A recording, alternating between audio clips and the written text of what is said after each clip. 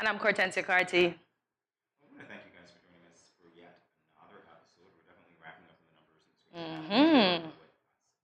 It is Monday morning, so it's a great start Yes. to the week.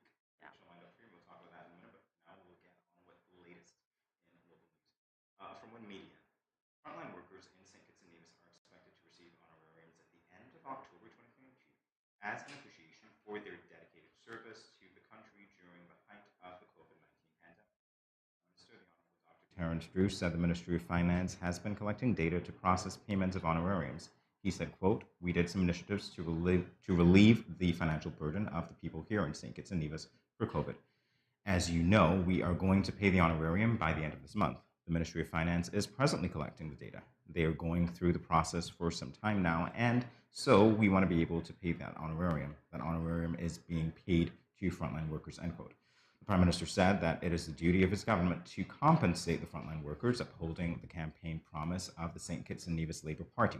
Dr. Drew explained that the frontline workers, some of whom were living in fear, showed up to work in the best interest of the country and must be shown appreciation. He said that it is separate and apart from working overtime. That's nice that they get recognized for all the good things they would have done during the COVID-19 pandemic. Right. So that is very good. We continue now. Seniors empowered with information to lead a healthier lifestyle. This from SKNIS. Over 100 seniors from across St. Kitts participated in an empowerment session on Thursday, October the 6th, 2022, that featured important information on COVID-19 vaccine boosters, healthy eating habits, as well as exercise and physical activity. The event was organized by the Department of Social Services and Community Development with support from the Pan American Health Organization, PAHO. It was held at the Kuna Conference Room at Fort Lance. The decision on vaccine boosters was facilitated by Dr. Dwayne Archibald, while Delwyn Delaney conducted the discussion on exercise. Dr. Archibald said that although local cases of COVID-19 have significantly fallen off, there is still a need for vulnerable persons, such as the nation's elderly, to protect themselves. Dr. Archibald said, and quote, "As expected, there was some hesitancy from the crowd of the elderly. However, we still are on the COVID fight. It is not as rampant as it was before, but nevertheless, it's still there. And we are still trying as much as possible to decrease the numbers and to make it non-existent in the Federation of St. Kitts and Nevis." So we spoke to this last week, and we are reporting on it now. So that's good that the seniors get the recognition and the help they may need. Absolutely correct. All right, moving on. This from SKNIS, the Republic of China on Taiwan, which was the first country to establish diplomatic relations with the Federation of St. Kitts and Nevis in 1983, a few days after the latter attained its independence, will be celebrating the 111th anniversary of its independence on Monday, October 10th, Double 10 Day.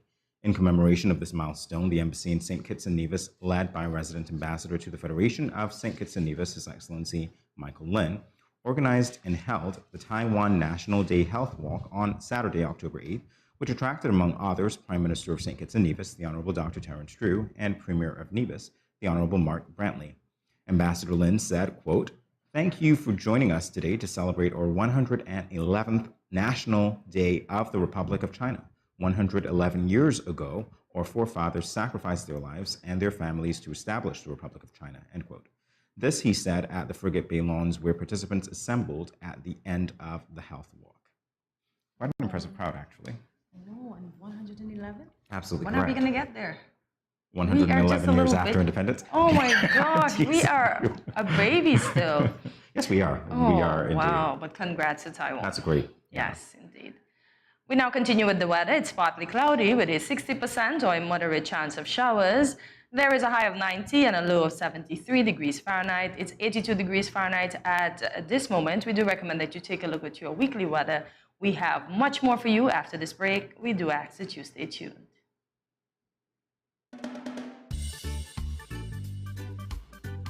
Children, how can you tell a tsunami coming? Teacher me. Sammy? My mother said, when uncle jump in the pool and the water spoosh out, that's how you tell a tsunami coming. Settle down, children, settle down. Do you remember our tsunami song? Yes! When you feel it shaking and it's moving around, you see the ocean gone left the fish and the sand. You should run, run, run to higher ground, a tsunami soon come. Mommy, Uncle not here and the other shake. Hush your mouth. Daddy, Uncle not here and the sea gone. Who cares? You don't see all them free fish? Quick, give me the bag. This is how you tell us tsunami a come. Teacher says so. I would have failed in school, you know. Sammy, come, let me go. They would have failed anyhow. They will run, see, Sammy? When you feel the earth shaking and it's moving all around, you see the ocean gone left the fish and the sand. You should run, run, run to higher ground, a tsunami soon come.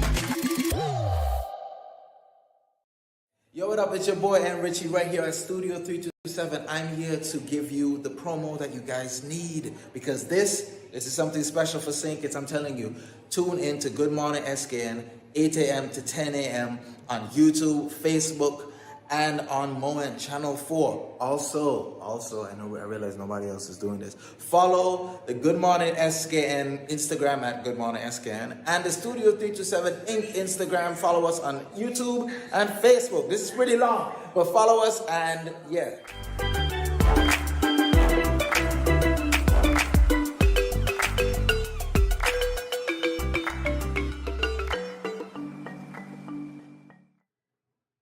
Welcome back to Good Morning SKN. We continue with the latest in regional news. Climate change stirs integrated housing revolution in Dominica. This from Caribbean News Now. Forces of nature run amok annually, leaving immeasurable impacts. These include the loss of life and livelihoods, disruption of services, and leaving thousands homeless. In a report by Reuters in 2017, about 14 million people are being made homeless on average each year due to sudden disasters such as floods and storms. According to the study, South and Southeast Asia countries have the highest displacement and housing loss. But disasters also have a knack for finding the vulnerable in the Latin Americas and the Caribbean. Even the tiny island of Dominica is no stranger to natural disasters. Still, the nation was left dumbfounded following the onslaught of Tropical Storm Erica and Hurricane Maria.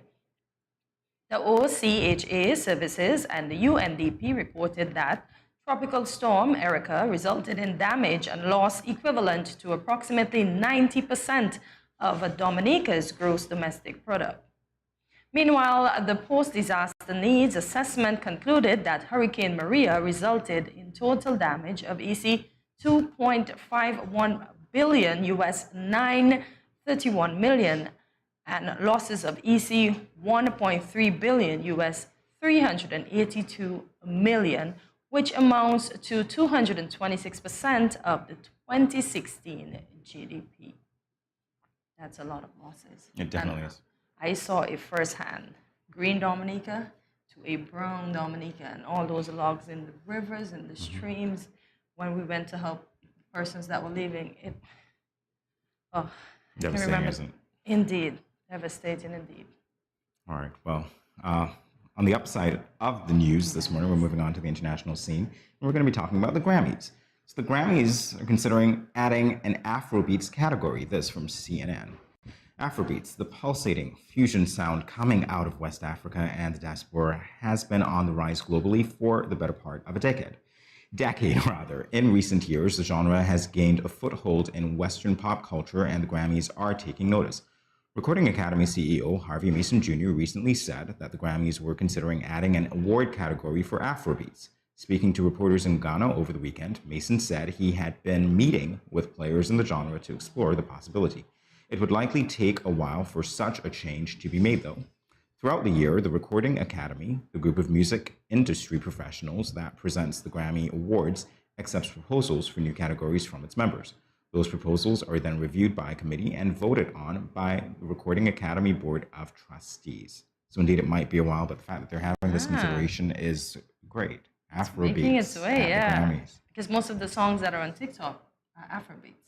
So TikTok has helped a lot to push that. And now it's almost in the nomination segment of the Grammys. Look at that. Absolutely. Good news.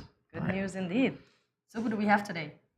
Who do we have today? Who is on today? Dare I say that there's a doctor in the house? Can I say that? There are actually two Okay. or probably three doctors in the house. Second time's a charm. I know. We have Dr. Sherilyn Ward Crawford. She's going to speak on mental health. We have Dr. Marissa Grant-Tate. She speaks on breast cancer today. As we do know, it's both mental health and breast cancer month. And who else do we have, Jamie? I'm gonna leave some for you. You're going to leave some for me. You're going to leave some for me. You know what? I'm going to keep you guys in suspense. How about you wait to find out? We'll be back in a moment with the GMSK ads. Stay tuned.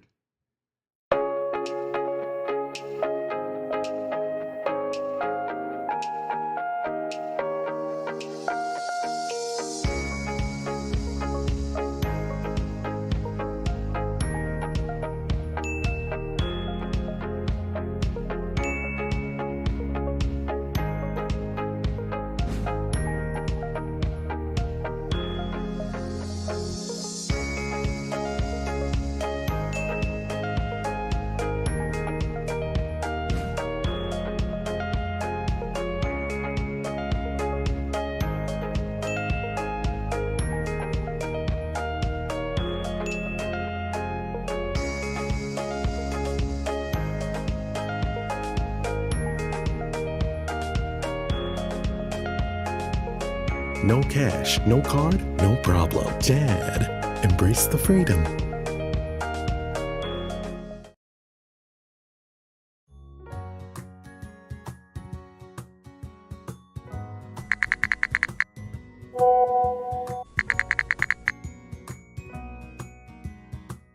Hey, my friend, what going on? Not a thing.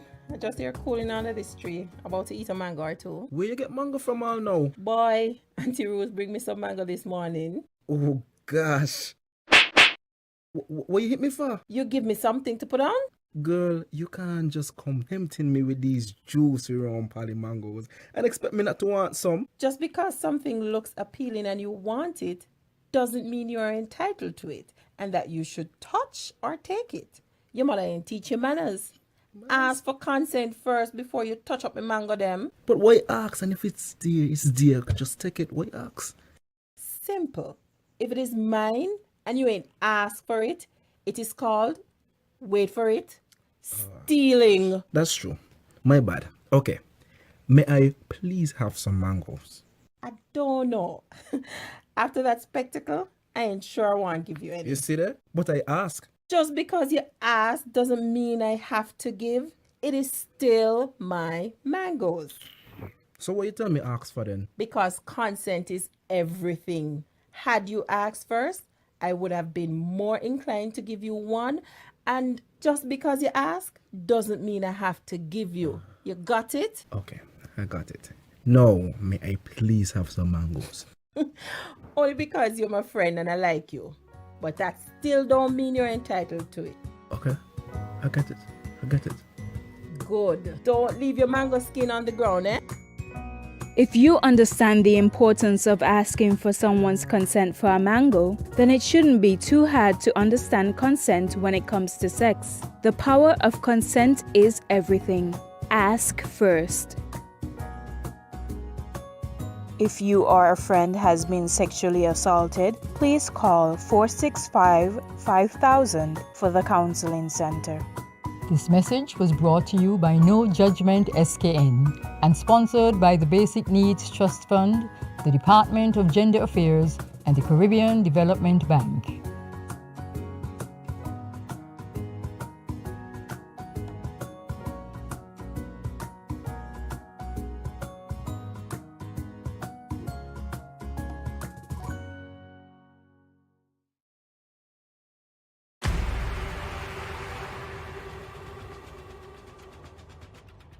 What will it take to grab the attention of someone with the power to make your dream come true? 7 hopeful entrepreneurs in search of the finances necessary to take their ideas to the next level. This is their lives, right? This is their business. 4 savvy business owners ready to make a pragmatic investment. You can't help people if you can't help yourself. First you make the dollar and you give the dollar. Why you take your business offline? I really feel that you need to do a little bit more research. Very knowledgeable. Super knowledgeable. You have a great idea and a great concept. I think you'd be snapped up by Disney. If you have a job someplace, it means that if something is not working, you can walk away. Who will invest? Let's do this. Let's do this. Thank you. And who will be sent home with nothing? I am your host, Kevin Hope.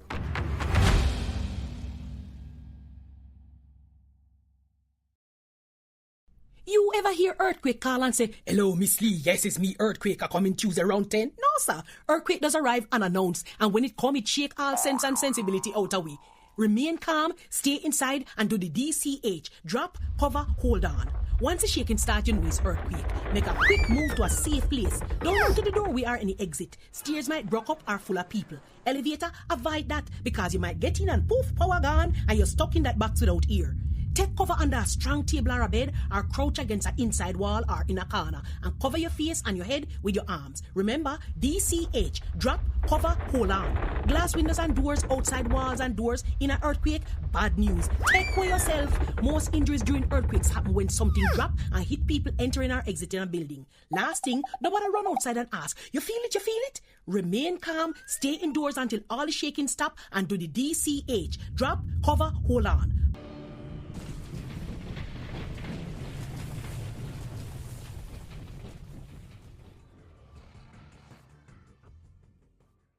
Today is globally acknowledged as World Mental Health Day, celebrated on the theme ensuring mental health and well-being for all becomes a global priority. World Mental Health Day is meant for mental health education, awareness, and advocacy against social stigma. We now have Dr. Sherilyn Ward Crawford of the St. Kitts Mental Health Association to engage us in a conversation about mental health and wellness in our federation. Good morning, Dr. Ward Crawford. Welcome to Good Morning SKN. Good morning. It's my pleasure to be here. And our pleasure having you indeed. So what is the mission of the St. Kitts and should I say St. Kitts and Nevis? Well, it's St. Kitts, really. Okay. What is the mission of the St. Kitts Mental Health Association? Well, our mission really is to bring awareness to mental health issues and to promote the idea of mental well-being and to push to have, more investment in mental health. All right. So, Doctor, can you give us a sense of how you go about accomplishing your mission? Well, when we receive opportunities like these to come on shows, we jump at these opportunities because we get to speak about real issues concerning mental health, because some persons, they tend to think that it's not important as physical health issues. So a lot of emphasis is placed on physical health issues. So when we get opportunities like these, this is one way we would try to go and promote mental health. Other things we do is we meet with, we work in the Ministry of Health, so we try and push for policies and things like that that would help and secure good mental health for our federation. I read somewhere that mental health is important at every stage in life. So how is this imparted in every stage? Let's say we start from the baby stage. Okay. Baby stage, we have what we call attachment. Okay.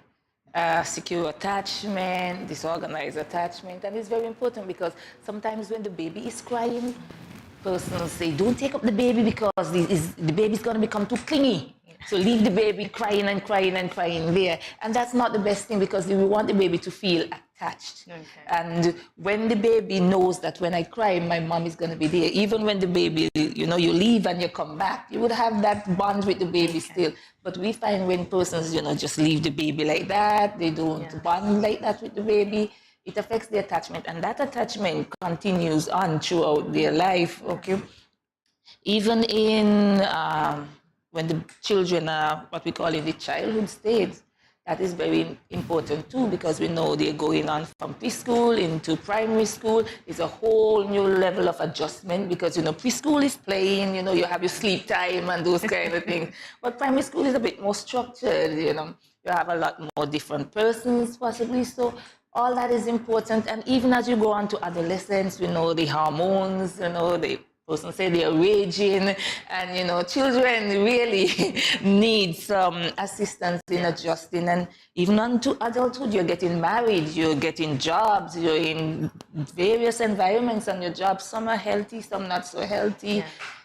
Even as you go on to older age, children are leaving their home. Okay, empty nester, you're retiring, what do you do? Yes. And all that can have an impact on mental health. So mental health is very important. All right, and listening to you, and obviously from my understanding, which is very minimal, of the issue of mental health and the issues that we're going to be talking about, a couple of things came to my mind.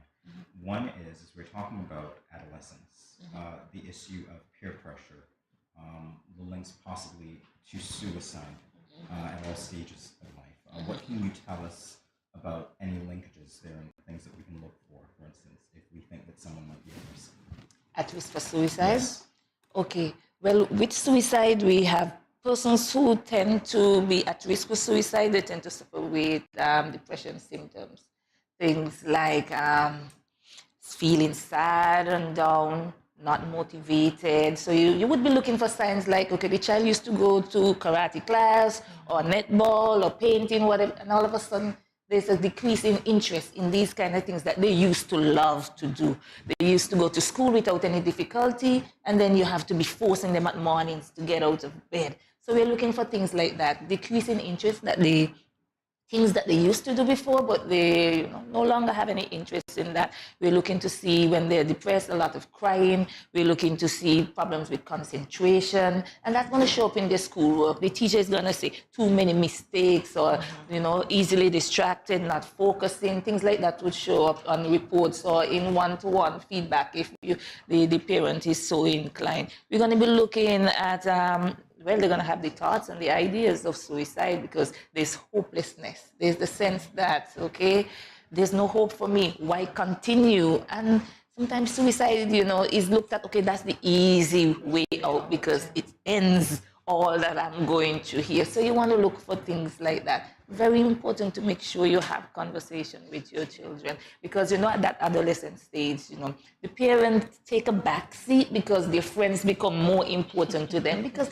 they're all going around through the same phase, okay? And somehow they feel like the parents don't understand when we have been there and been through that, okay? Yes. So they feel like they don't understand and they feel much closer to their friends. They can talk a lot more to their friends, and then some parents, they kind of step back, but we as parents, we're not supposed to step back. We're supposed to continue to try and have that connection with the child. So those are some of the things you look for. In children, a lot of behavioral things are going to come out, more so than in the adults. So all of a sudden, the child stops behaving in class. Lots of complaints. The child is fighting, the child is answering back, a lot of behavioral things, and it really has to do with depression because the presentation can be much different to adults. So would you say that the awareness of the importance of mental health has increased in St. Kitts? Yes, I think so.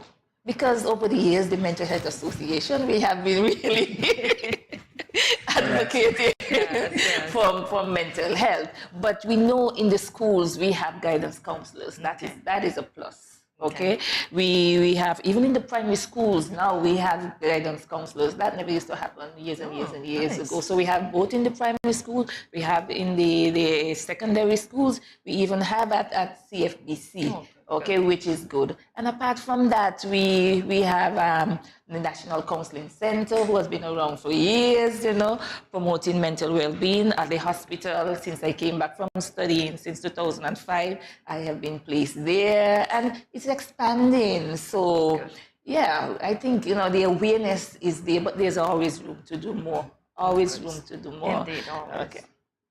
We're going to continue this discussion in a moment. Stay tuned, everyone.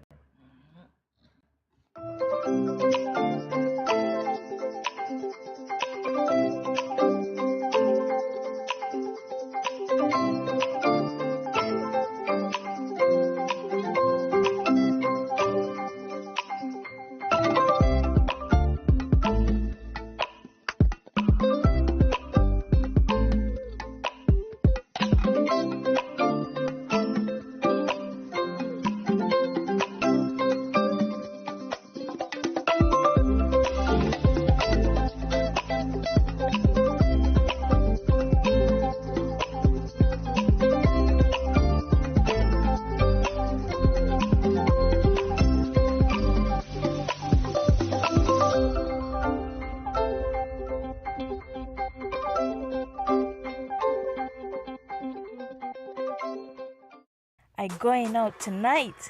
I got a hot date. He older than me, but I don't care. I like what he telling me. He say I look sweet and ting. What? You want me go home with him? Nice. Boy, I wonder if I'm ready for this. I notice he ain't got a condom, but I gonna go ahead, see? He might think me ain't like him or trust him. Plus, this my first time. Nothing gonna happen to me. Lord, how could I let this happen? I ain't ready for no child. Who gonna support me and my child? My man gone jail and mommy and daddy said they ain't gonna help. I all on my own. How could I be so careless? I wish I could go back to that now. But my education on hold. How could I let this happen? Don't let this happen to you. Contact the Department of Gender Affairs to find out about confidential offices and personnel available to answer questions about your sexuality or pre- or postnatal concerns. This message was brought to you by Project Viola through the Department of Gender Affairs with support from the Basic Needs Trust Fund and the Caribbean Development Bank. Good morning, SKN. This is Lyrical. I just want to say blessings to you. There are a happy place in the life if you live in there. A happy place in the life if you live in there. Cause them at a happy place in the life. And they can't change. And they just come out here to do right. So whether day or night, they will never ever change. Blessings, blessings, and blessings.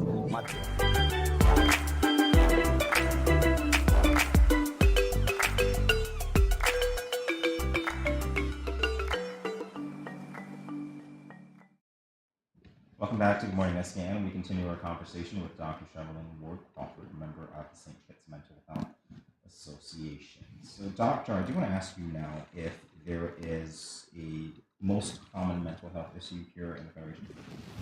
Yes, the most common mental health issues we are facing here is depression and anxiety.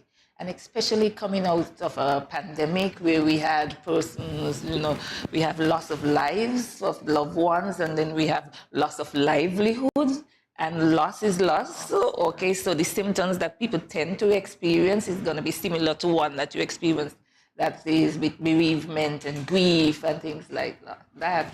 So it's the depressive symptoms and the anxiousness of what is going to happen to me in the future. These two things tend to be very common these days. I was going to ask you, so thank you for hitting that nail on the head about anxiety, because depression is one of those things that we tend to hear a lot about, not so much the anxiety. So how would you say we can start addressing this? Okay. Well, we could address it from a personal level, and let's look at us as individuals. What can we do to take care of our mental well-being? It's very important. We just practice self-care. One of the basic things, practice self-care, okay? And yes, in terms of taking care of your physical health, that is very important, because if you have a physical problem, a medical problem, that is going to impact how you feel. If you were to be diagnosed with diabetes, hypertension, something like that, it's going to impact how you feel. So yes, making sure you eat properly, making sure you get adequate sleep, adequate exercise, all these things are important, because when we exercise, it releases endorphins in our brain. These are feel-good hormones. Indeed. So it helps us to feel good, okay? But apart from that, we can do simple things like setting boundaries, because too often we push ourselves and we know we don't want to, we know we don't have the time to, but we still take it on, and then we have to push to make time, and then we are stressed with it. Have some boundaries. Say no. It could be simple things like managing your media consumption. Yes, it's good that we keep up to date, but there's some content out there. It's so depressing. It's so anxiety producing that, and if we are surrounded by it every half an hour, we are listening, we can get triggered by that, and people don't realize that after watching content like that. Sometimes it makes us anxious, sometimes it makes us feel real sad, sometimes during it we're even having a little tear, some of us, okay? So simple things like that is very important. Staying connected with persons, that's very important, and we know during the pandemic that was a thing we had to modify, because we had to do that from a distance now. But calling somebody and talking with them, expressing how you feel is important, and Selection of the person is very important too, because you don't want to select somebody to talk with and then soon after it's on Facebook. So you want somebody you know that, you know, you have the confidence that when you talk with them, that will remain private. And, you know, these are persons who are going to give you a word of encouragement, just make you feel uplifted. We all know one or two persons who can do something like that. Very important. We sure don't want the person who's going to come up and give a one-up story. So you're like, exactly. Okay. So selection of the person is very important. Sometimes people think that these things is waste of time. If we set a time to just relax and listen to some music or watch a movie, they think it's waste of time. No, but these things help us to feel relaxed, happy, and at peace. And that's what we want. We have to cater to our mental well-being. Basic things like these can help us and go a long way. Well, that's really good advice, Doctor. All right, so there are some activities that the association has planned for this week. Why don't you tell us about them? Oh, yes. Thank you for asking me that question. We started off our week of activities at the Pentecostal Church of God, the Bastille Sanctuary, yesterday, and we want to thank Pastors Analdo Bailey and Pansina Bailey, and also Pastor Dr. Grace Guilford and Mavis Armstrong for really having us. We really felt welcomed, and so we had that activity. And throughout this week, we're going to have presentations on different media outlets, you know, social media, you know, the traditional ones, the radio, etc. We're going to have conversations there about mental health to just bring awareness. We also have on Thursday at 5 p.m., we have a yoga session because we want people to know that, you know, you can do things like these that's going to help you to feel relaxed and at peace and calm. And that is at the lawn at Frigipe. So we invite everybody to come out to that. And on Friday, we have a little care package for the patients on the GNF Hospital Psychiatric Unit, where we can just let them know that, you know, we care for them and we want them to feel that they're not alone in this. Okay. So most persons suffer in secret, as you mentioned before. Is it because they don't want to talk and their stuff gets out on social media or wherever else it goes to?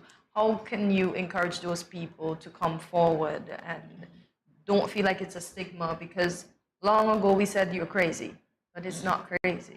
It's more than that. What advice would you give to someone?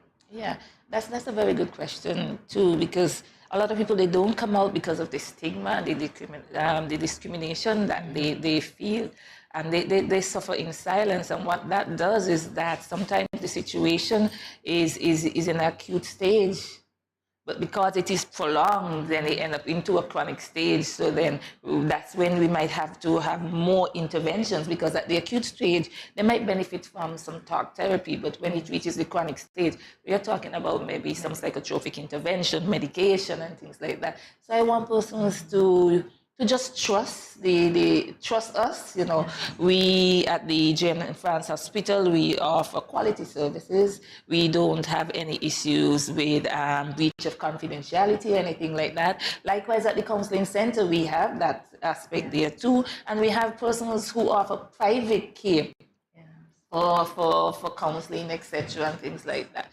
So feel free to access these services, because on the other hand, the consequence can be, you know, can outweigh all that. So please contact Joseph and France General Hospital, 465-2551. Ask to be put onto the psychological unit, or you call straight to the National Counseling Center, 465-5000, and you're going to get somebody there who you can speak to. Dr. Charlene Ward Crawford, thank you for joining us on this very important day, and good luck with the week of activities, and good luck with your work in general. Thanks so much. Thank you for having me. Welcome. More GMS SKN in a moment. Stay tuned. These teen boys nowadays get me so upset. I see these teen girls with their big bellies, and you want to tell me y'all couldn't protect her and yourself? Come on. Now don't tell me no stupidness about you feel embarrassed about getting a pack of condoms or asking somebody for one. That ain't nothing to be ashamed about. You should be proud that you are making a wise decision, but you still have to abstain from having sex with someone under the age of consent. If your boys are pressuring you to have sex and you don't want to, then don't. You are in charge of your life, not them. I heard another one saying it's sweeter without a condom. But my granny always told me, no glove, no love. So let me tell you something. It's sweeter to have money in your pockets and not have to support a child at that young age. Before I say anything else, the best way to prevent teenage pregnancy is to abstain. In other words, no do it. Let me talk to the big men troubling underage girls. Why you sleeping with your daughter? You not live clean. Your girl at 16, and your daughter at 13. So girl a look me, but me know in that. Big man no deal with back pamba. You understand where I'm coming from, right? This message was brought to you by Project Viola through the Department of Gender Affairs with support from the Basic Needs Trust Fund and the Caribbean Development Bank.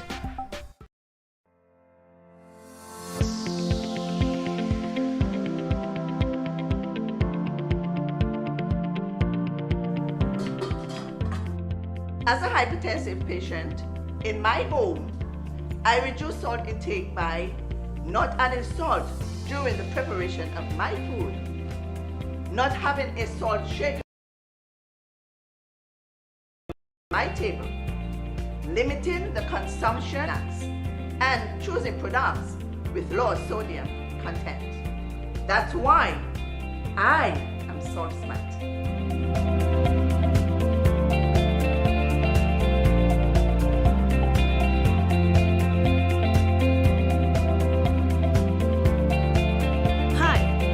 If you are a smoker, please pay attention to this message. If you are a smoker, please pay attention to this message.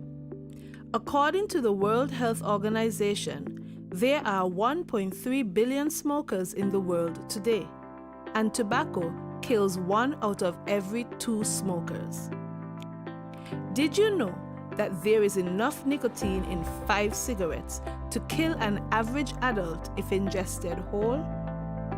There are more than 7,000 chemicals in tobacco smoke, of which more than 250 are known to be harmful, more than 69 are known to cause cancer, and 16 are classified as Group 1 carcinogens. Smoking kills. Are you ignoring that warning every time you smoke? Please stop. Smoking can lead to severe health complications and even death. It affects almost every organ in the body, especially the lungs and heart. It raises blood pressure, increases blood clots, and increases the risk of stroke, heart attack, and cancer. It is hard to quit smoking, but it is not impossible. Don't let tobacco destroy you. Remember the 4 Ds to curb your tobacco cravings. 1. Delay. Set a time limit before you decide to smoke. 2. Drink water. Go get a drink before you do anything else. 3. Do something else. Have a goodie bag handy of other things to do. And 4. Deep breathing. Take at least 10 deep breaths every time you think about smoking. Quit smoking and live a longer and happier life. This message is brought to you by the Ministry of Health, St. Kitts and Nevis. Welcome back to Good Morning SKN. So we just had a very insightful conversation with Dr. Charlene Ward Crawford concerning mental health. And we're going to continue on a similar thread now. Hortensia, you and I are going to share some ways that can help others to improve mental health and well-being, or viewers rather. So as she said earlier, we connect with other people, so we maintain good relationships. Like I have a cousin that suffers from that, and like on the weekend when I'm cleaning up, I call her and I say, come on girl, let's clean up together. And she cleans up and I clean up. Okay. And we did that once again on Saturday. Gone. And she'd be like, I like these moments, because like she comes out of a zone and she does something good that makes her feel good. Okay, that's great. For herself. All right, so number 1, be kind to yourself. As she said, take some time to yourself. Waste some time. Yes, it doesn't even have to be on Saturday. And it's funny enough that I put up something like that says you can take some time off on Saturday. And when I put it up this morning, I'd be like, take time off every day. Mm-hmm. So yeah, waste some time every day. It's not called wasting time, as Dr. Crawford said. She said it's called me time. Oh, definitely. Yeah. Definitely me time. Mm-hmm. And okay. Well, this is the one that she spoke about. Mm-hmm. Definitely, I remember that, setting boundaries. Mm-hmm. That's important. Mm-hmm. Say no. I got too much on my plate, Jamie. I won't be able to make that lunch today with Fanta. Setting boundaries, very, very so no, important. I'm not coming. Yeah. So we maintain healthy habits. Why is it every time we have a breakup, we suddenly exercise? Why is it we don't exercise all the time? I think you need to direct your question that way. We having this question. You've got views.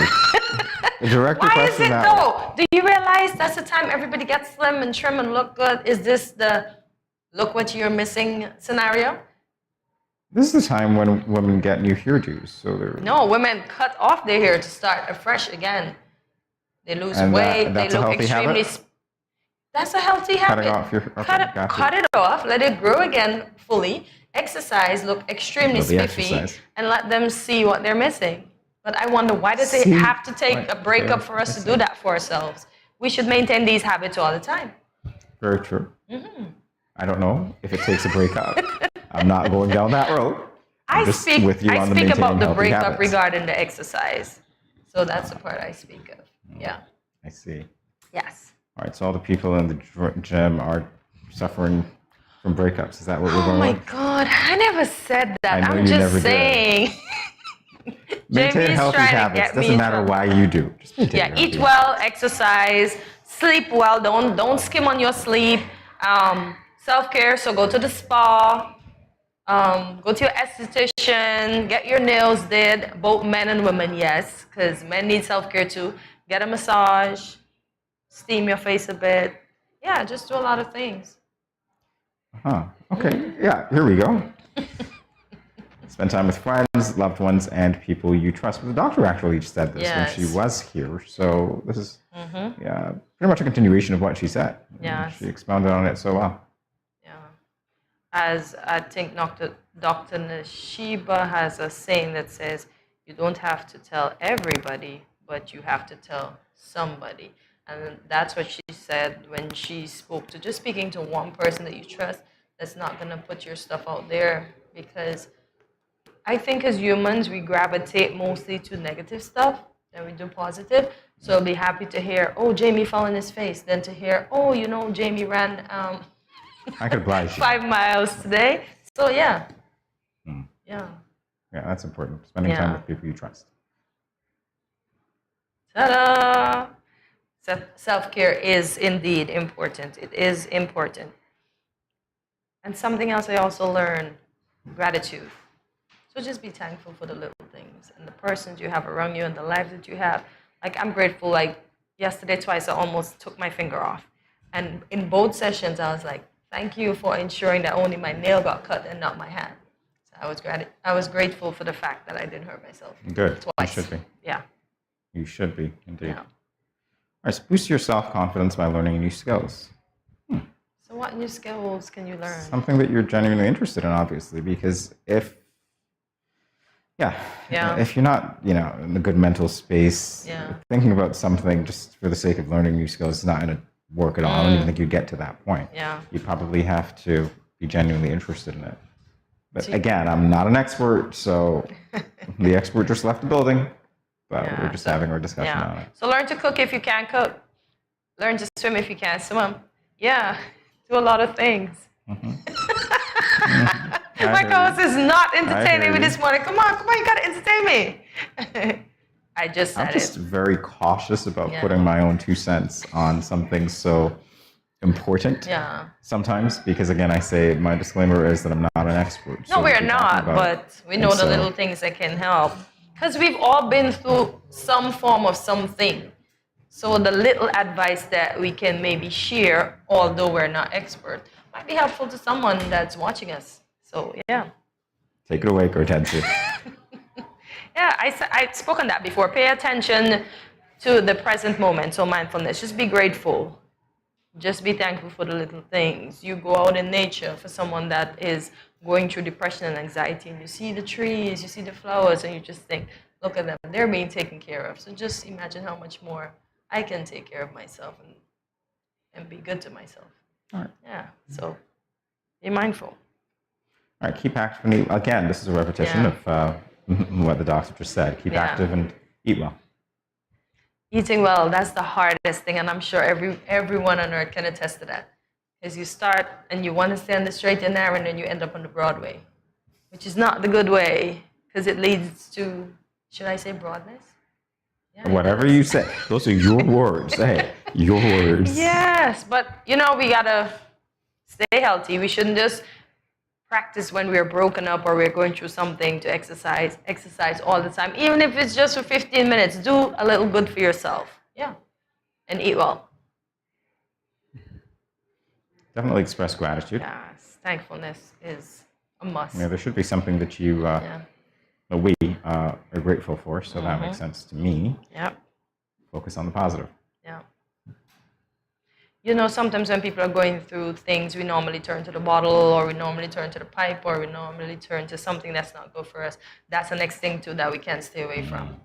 So the substances, because they only make us feel good for a few seconds. After that, it's like, womp, womp, womp. I'm just saying.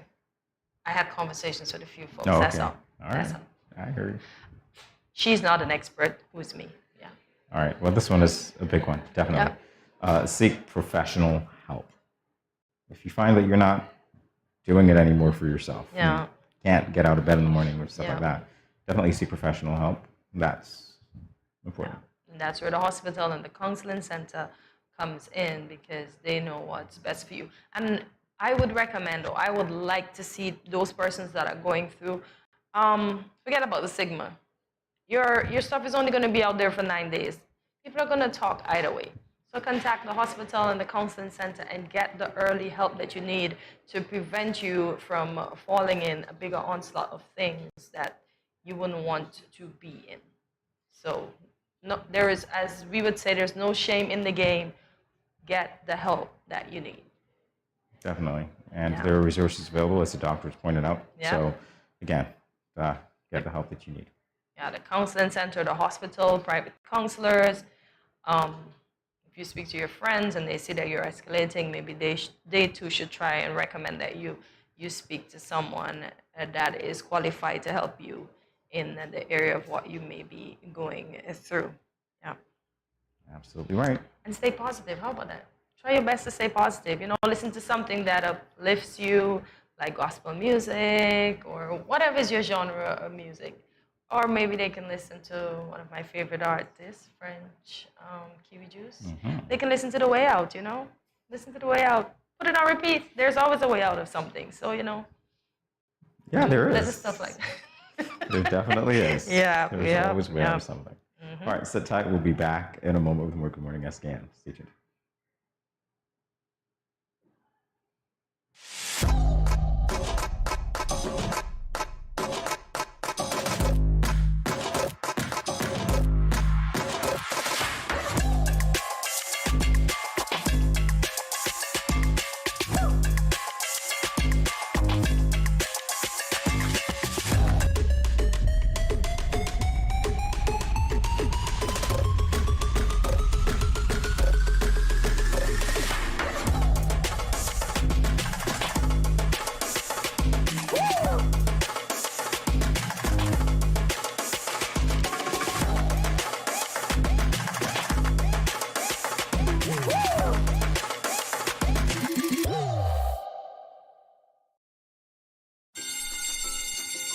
You see that new boy that just joined the school last week?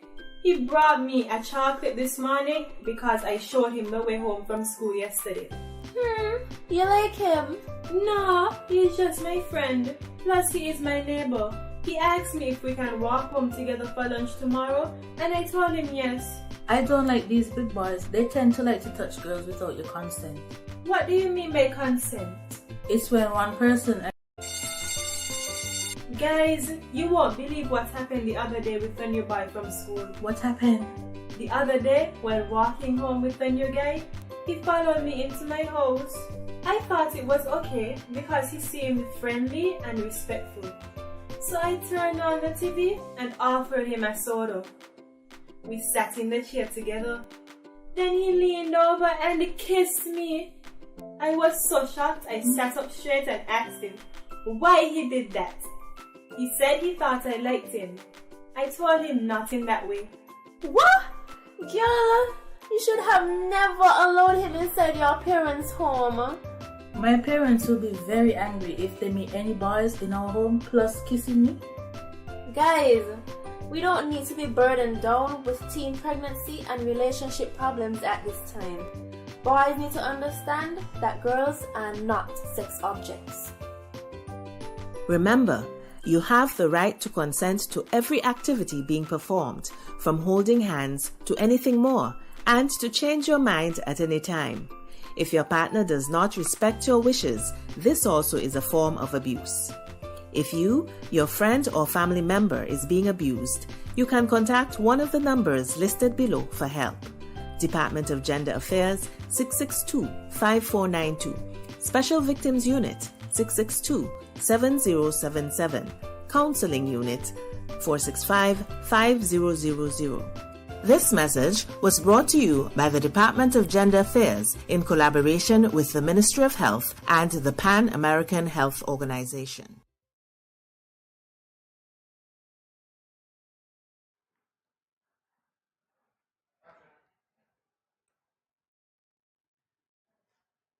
It's Breast Awareness Month. It is a time especially dedicated to standing in solidarity with people around the world who have been affected by this disease. Today, Dr. Marissa Grant Tate, the island's only female oncologist, is here to educate us on the things surrounding breast cancer. And that's quite a feat, Dr. Tate. But thank you for joining us. Thank you for It's having very me. important Good cause. morning. I do want to state the obvious, which is, of course, The pink hair. yeah. I love it. Thank you. Thank I you. can anticipate why you did that, but why don't you let us know in your own words? Well, I would say more so as, suppose, what is a symbol of encouragement to my patients. Obviously, breast cancer is never an easy diagnosis, as you know, with just about any other cancer. But particularly when you have to deal with breast cancer, what you find is that it really has such a tremendous impact on a woman's life. Again, because of the fact that, one, you're dealing with a cancer, but then two, at the same time, the breast is very well known as, you know, an organ that, you know, women usually associate their femininity with. And so then, you know, having to have that altered, it drastically impacts on their life. I can't help but think, when you speak to the alteration, the first thing that pops up in my mind is mastectomy. Right. We've been through cases where we've seen, I think Angelina Jolie it was, who had a double mastectomy, Right. the first sign of that. That's not generally the case for a lot of women who are suffering from breast cancer, is it? Correct. To be quite honest, as it would pertain to the mastectomy on a whole, there are different types of mastectomies. What most of us are familiar with would be the radical mastectomy, where the entire thing is removed. And to be quite honest, it is not the only form of treatment, as it would relate to the surgical form of management. And that is also one of the things that I try to ensure that women are aware of when they are making what would be the necessary decisions. There will be times where you will, in fact, have to have the entire breast removed, but always, I would say at first, you know, to get all of the necessary information, have a discussion with your surgeon, try and get your oncologist involved first, perhaps even before what would be the surgical procedure, in terms of being able to know what your different avenues, your different options are. As it would pertain specifically to Angelina Jolie, though, what she would have had would have been more along the lines of a prophylactic management to be able to, I guess we can say, preempt what would be the risk of cancer based on what would have been her family history of breast cancer. No, it is not something that is practiced, and to be quite honest, it's still very, we really can't say that it's quite effective, in terms of, what she would have had done. And so then I, as an oncologist, it's not something that I would recommend that women just go out and get done. There are, in fact, many other ways that you can prevent breast cancer in terms of the risk, reducing the risk, other than having both of your breasts removed. So for those of us who are not aware of what breast cancer is, can you give us a brief description, and can you also tell us, is there anything in particular that causes it? Well, in terms of, I wonder which I should answer first, the cause or in terms of what it is. Breast cancer is simply to say that you have, a transformation of the cells in the breast, specifically of the breast tissue. As we know, the breast, it's made up of many different structures, so not only breast tissue, but the breast cancer is when you have a change in the cells of the breast, and that allows it to then be able to spread to other parts of the body. And that is really where, the trouble actually comes in. In terms of actual causes, there are only 2 known specific causes of breast cancer, and those would be what we would refer to as external ionizing rays or radiation. So women, for example, who may have undergone radiation, perhaps for another reason, that is a direct cause of breast cancer. And the second known cause of breast cancer would be the supplementation of estrogens. So women who ingest estrogens. And usually this was a greater problem years ago, where patients for menopause would have been prescribed estrogens to be able to palliate the symptoms of menopause. And so, as of course, with everything else, with the knowledge that has been acquired, then this practice has been decreased significantly. And so then we've been seeing less of these particular types of cases. Everything else would be risk factors. If you want me to tell you about the risk factors, yes. But we'll probably be here all day. But the risk factors are different to, the known causes. And simply being that when we speak of risk factor, what we are in fact referring to are the things that can increase the likelihood of you getting breast cancer, but on their own, and even though they may be multiple, it is not a specific and direct fact that you will in fact develop breast cancer. All right, so you spoke to some things that could be done to reduce the risks of breast cancer. Can you tell us more about those things? Well, in terms of reducing, I would point to, obviously the first fact would be diet as much as possible. There are some factors that we simply cannot alter. Perhaps I should touch on those first, which increase our risk for breast cancer. And so then just being a woman, for example, that increases our risk for breast cancer, right? Yeah, I know, right? And so then we actually point out and say that, for every male that has breast cancer, you will have 200 women who will be diagnosed with breast cancer. At one point, we counted it as 100, and then it went up to 150 per male in about 2016, and then by the end of the year, then it was updated to 200 women for every male who would be diagnosed with breast cancer. We also have to look at the age factor, as that is pretty significant. So aging women, particularly women who are around what would be perimenopausal periods, so not yet quite menopausal. That is actually where you have one of the highest incidences in terms of breast cancer. And then we have the postmenopausal women who have the highest or second highest or equally high risk of breast cancer. And then we point out and say that only 3% of women before the age of 30 would develop breast cancer. And so then if I were to go back the other way around and, point out in terms of the factors that can assist in terms of decreasing the breast cancer, we want to point out, what would be a fit weight, for example. Obesity is one of the factors that significantly affects that in terms of the things that we can change. And so then diet is important, in terms of ensuring that we're not obese, simply because of the fact that the body then uses cholesterol to be able to then make what would be the sex hormones that contribute to breast cancer. Women who have their children at much younger ages, that too also decreases the risk. A woman who would have had her child, her first full-term pregnancy rather, before the age of 20, she has what is going to be a 50% reduced risk compared to the general population. And in terms of the risk for the general population, as you can see, I like my statistics. In terms of the risk for the general population, 1 out of every 8 of us as women will be diagnosed with breast cancer. Yeah, as I said, if I were to, delve into what would be, risk factors and even those in terms of reduction and so forth, we'd probably be here all day. So. Well, we don't have all day, but we're definitely going to try to learn as much from you as we can. So we'll continue this discussion in a moment. Stay tuned, everyone.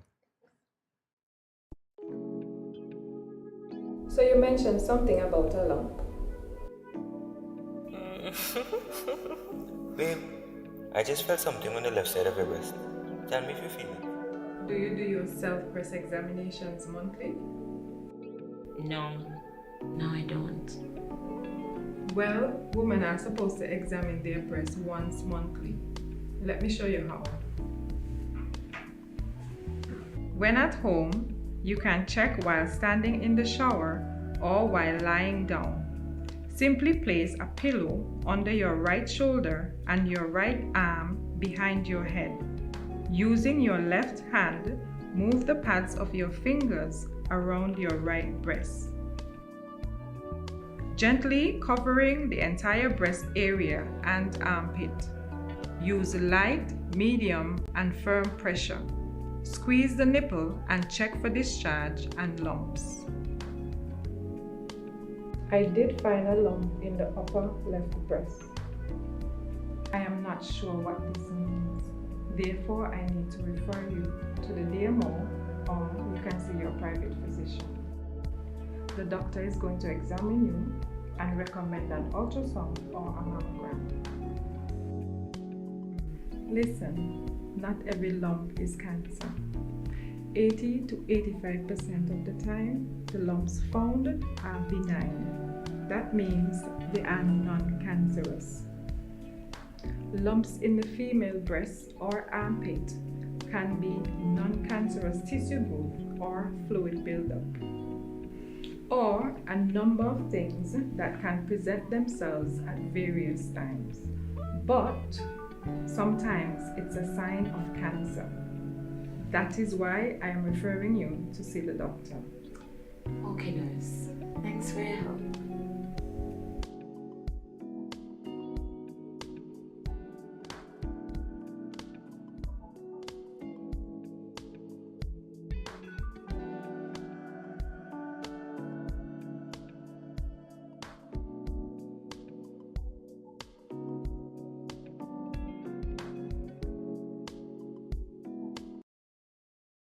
Welcome back to Good Morning SKN as we continue our engaging discussion with Dr. Grant Tate. So Dr. Tate, how are the stages of breast cancer categorized? How are the stages of breast cancer categorized? In terms of stages, as what most people would familiarize themselves with, we say 1 to 4, stages 1 to 4. But if I were to group them, a bit more, then we would refer to what we call the earliest in terms of early stage disease, which is to say that the breast cancer is still located within the tissue of the breast and only in the tissue of the breast. We then have what we would refer to as locally advanced disease, where it would have spread from the breast, to the nodes, as we would refer to them as. Basically then preparing itself to be able to then propagate or spread to what would be the other parts of the body, which is where we would now consider that we have metastatic disease or advanced disease, which is typically what most people, are most fearful of, because then that is what we would categorize as a stage 4. Curious to know what you can tell us about there being early signs of breast cancer? Right. So in terms of looking for early signs of breast cancer, you don't want to wait for what would be signs, because I would say, when we hear of signs, we're probably waiting, for something to happen or see if something actually occurs. And if we're waiting for that, then that can be a problem. So what we instead emphasize upon when it comes to breast cancer in terms of early detection would be the auto examination of the breast. And so then a woman is encouraged to check her breast once a month, every month. We would say preferably about 5 days, at most a week after she would have had her menstruation, because then at that time, then the tissue of the breast, it is much more relaxed, much more smooth, and you're less likely to be able to confuse what might have been a lump as a result of the menstruation, right, with something that is in fact pathological. And so then we say that the lump is the first sign, so you have to go looking for it. One of the things that I would like to dispel is the fact that many of us as women, we kind of sit and assume that not me, right? So we think of breast cancers with everybody else, and not necessarily ourselves. And this is perhaps one of the things that prevents us as women from actually checking our breast. And again, it is something that most of us as women, or a very large percentage of us as women, will in fact experience at some point in time, and hence the need for us to emphasize on what is that monthly breast examination.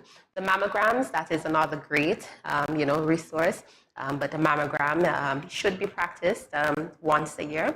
And this would be for women that would be over the age of 40. If you have a family history in terms of breast cancer, and particularly at what would have been an earlier age, then you want to emphasize on what would be an ultrasound if you are not yet 40, of the breast. And of course, to the monthly breast examination. Most women, in fact, about 70% of women, they find the lump themselves.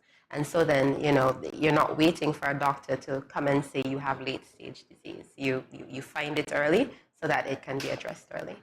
All right, given what you've told us so far concerning the percentage of men that would be likely to develop breast cancer, are some of these tips applicable to men as well? Well, we encourage the men to do much of the same in terms of what would be the breast examination. But, again, obviously because of what is the ratio, for the year of 2020, for example, worldwide, there were over 2.2 million cases, new cases of breast cancer that were diagnosed, and men, that was within females, and then men, only accounted for what was 1%. So yes, we encourage the men to check, particularly if there is a family history of breast cancer, and particularly at what would have been a relatively young age. But there is not the same sense of urgency in terms of screening and precaution when it comes to men, simply because, again, it is an illness that is associated with estrogen. Estrogen is the enemy here.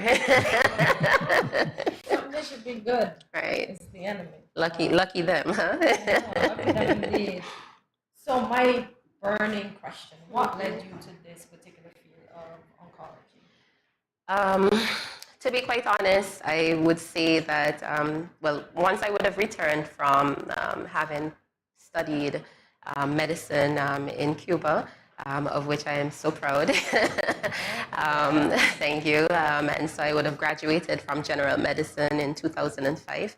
And I covered, well, I worked principally in the emergency room, at the accident and emergency room at the JNF for about 10 years.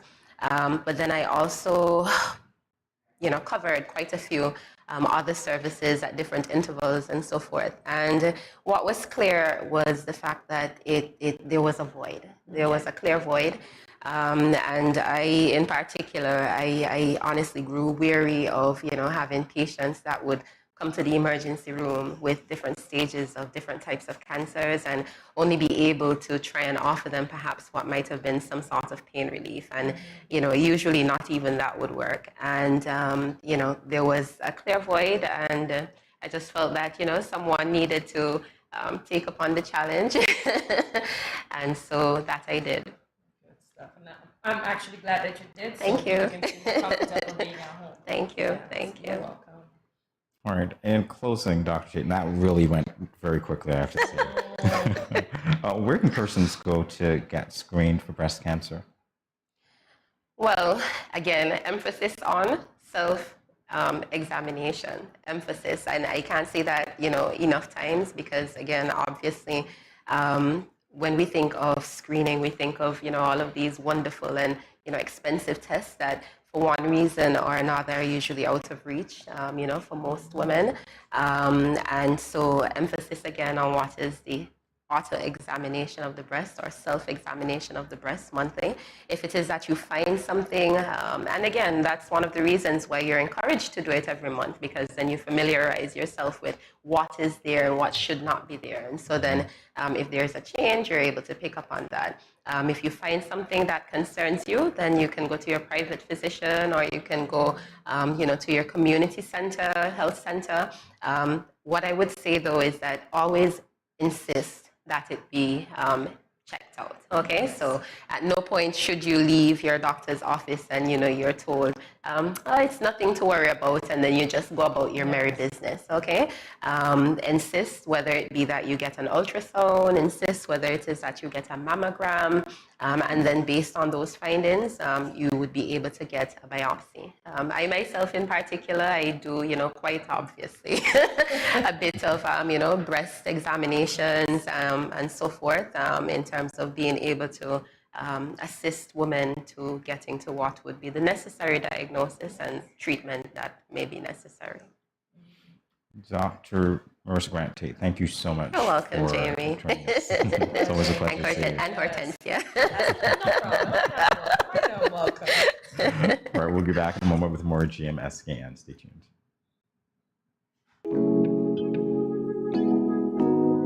Good afternoon. And to what do I owe the pleasure of your visit today? Good afternoon. After finding a lump, I visited the health center to see the nurse, and she found a lump as well. Doc, do you think this is the big C? I shouldn't have cancer. I don't drink. I don't smoke. Nobody in my family has ever had cancer. Slow down, not so fast. Not every lump of the breast is cancerous. The breast goes through a number of changes. It can be a piece of fatty tissue or some other non-cancerous lump of the breast. Either way, I'll have to examine you first to make sure. Okay. I did not know I was supposed to examine my breast myself. Yes, the self-breast examination is very revealing. It is the first step in diagnosis. It is important to self-examine your breasts once monthly after you've had your period. That way, you would know how your normal, healthy breasts feel and be able to detect any changes early. If any abnormality is detected, there are more defining tests such as the ultrasound and/or mammogram. Mammogram? No, I've heard that mammogram thing hurts badly. I'm sure that most of what you've heard about the mammograms are exaggerated encounters. Here's the referral. Take it to the facility. Before the exam begins, you will have to fill out a short pre-test questionnaire. Let the doctor know if there's a possibility of pregnancy. Leave jewelry at home and wear loose, comfortable clothing. Don't wear deodorant, talcum powder, or lotion under your arms or on your breasts, as these may appear on the mammogram and interfere with correct diagnosis. During the exam, each breast is compressed horizontally between two plates for imaging, and then diagonally for further imaging as needed. So how was the experience? It's not what I expected. My teenage sister found a lump in her breast. Should she get a mammogram too? All lumps of the breast and changes should be investigated. A mammogram is recommended once a year for every woman aged 40 and over, even younger if there's a family history. OMG, women have to endure a lot. Men have to check their breasts too. Yeah. Yes, some men do get breast cancer too. So remember, get checked today. Early detection saves lives.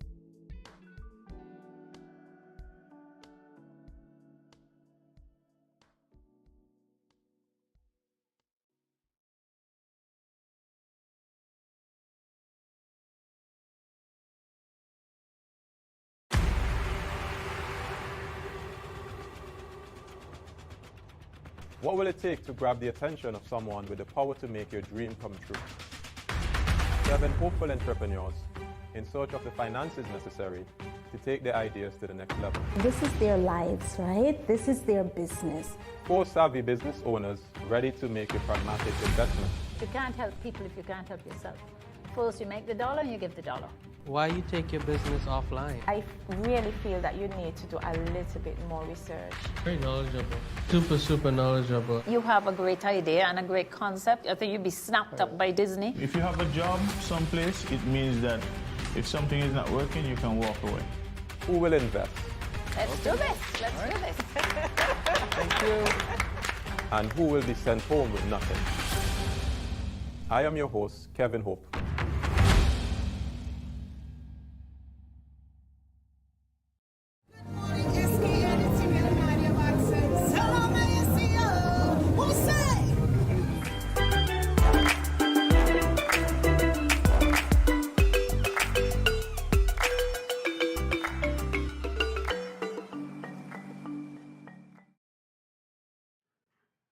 Being an author takes guts. By making such a declaration as an author, you are subjected to both good and bad criticism. And writing from a personal experience on taboo subjects and putting it all out there takes courage. One author who is not afraid to put her thoughts and personal experiences on a taboo subject out there in the public sphere is our own Nashiba Basie, attorney, psychotherapist, and author. She joins us now for our SKN Connections from Washington State. Good morning, Nashiba, and welcome to Good Morning SKN. Thank you for having me. You are certainly welcome. It's our pleasure indeed. So let's start by sharing, who is your favorite author? Who is my favorite author?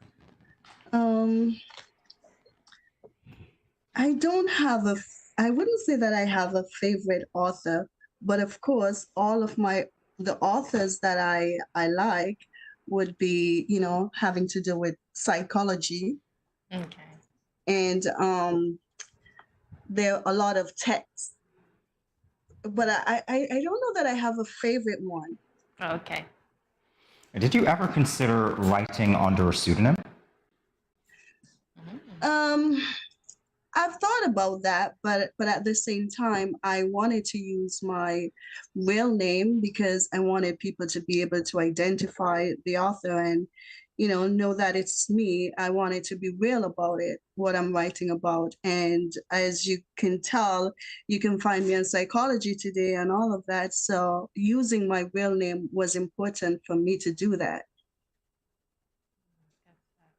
So how do you respond to the reviews of your book, both good and bad? Some of them, it's a triggering topic. And so I've spent, a lot of time trying to, just being there for people who have reached out based on some of the excerpts I've put out. And it's one of those difficult topics. So the reviews, like people just sharing and saying, what I got a lot of is that, oh, it's relatable. Okay, good stuff. It's relatable. I imagine you might have gotten, some people telling you it's therapeutic as well, because in some instances, Yes. I can only imagine that you are voicing some of the things that they were not able to voice themselves. Is that the case? Yes, and that is so true. You have a lot of people who are just afraid to talk about this topic in public. And then you have those people who may not even know, have a name to put to what they're experiencing. And so, yes, I like to say that I'll be the voice for those who don't have one. That is so good. That is so good. We know social media is a big thing these days. So how has it changed the way you interact with your readers as an author? As an author. So at times when I post, I usually, if I can turn off comments, I would. If I can't, then I would just maybe sometimes not respond to the comments, or, I would do it maybe the reason being is because, again, I'm a psychotherapist. And so I have to be very careful with how I interact with people who are reaching out to me on social media because of that, that title. And so, again, I recognize it's a triggering topic. And so I don't want people to just put things out there, their personal stuff out there, what they're going through, and then I'm not able to respond to them in a therapeutic way. Well, that definitely informs your background, informs your treatment of the topic and your treatment of the people who are suffering because of the topic that is taboo. Was this book at all challenging to write? It was challenging to write in the sense that I am from St. Kitts, and that is important to make mention. And part of the challenge is that I come from a cultural background, as you guys know, who would this is a topic that would be like, like we say, taboo. And all of my family are back in St. Kitts, and to come out with a story such as this one, and just be so bold with it because I curse, I have curse words in it, I have, just being real. And so I think that was the biggest challenge for me, is just putting those things out there in that way, in such a real way, and just wondering how my family would take it.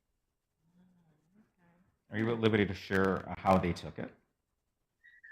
Well, I haven't really spoken to any of them in depth about what's in the book.